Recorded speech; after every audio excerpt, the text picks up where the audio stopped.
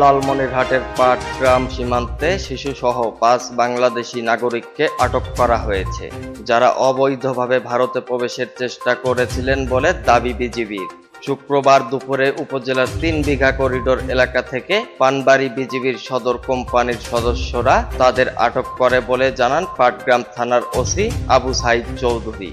আটককৃতরা হলেন রংপুরের বদরগঞ্জ উপজেলার কালুপাড়া মধ্যপাড়া গ্রামের আবুল ওহাবের ছেলে মোহাম্মদ আক্তারুল ইসলাম, তার বয়স ৪১ বছর, এবং তার স্ত্রী মোসাম্মদ সোহাগী, বয়স ৩৫ বছর, ও মেয়ে মোসাম্মদ লাবনী আক্তার, বয়স ১৮ বছর, এবং একই গ্রামের মোহাম্মদ আউয়াল মুকাদ্দেসের মেয়ে মোসাম্মদ মুক্তা আক্তার, বয়স ৩০ ও ৩ বছরের এক শিশু।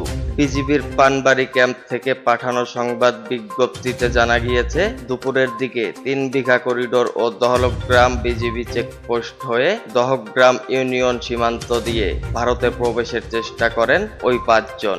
সে সময় তল্লাশি ও জিজ্ঞাসাবাদে সন্দেহজনক মনে হলে তাদের আটক করা হয় বলে বিজ্ঞপ্তিতে জানানো হয়েছে।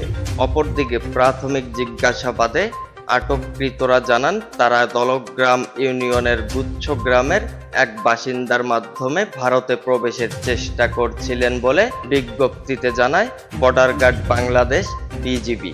এবং এ বিষয়ে ওসি আবু সাইদ চৌধুরী বলেন, আটকদের থানায় নেওয়া হয়েছে এবং এ ঘটনায় বিজিবির পক্ষ থেকে লিখিত অভিযোগ প্রক্রিয়াধীন রয়েছে। Lalmonirhat news 24 online desk.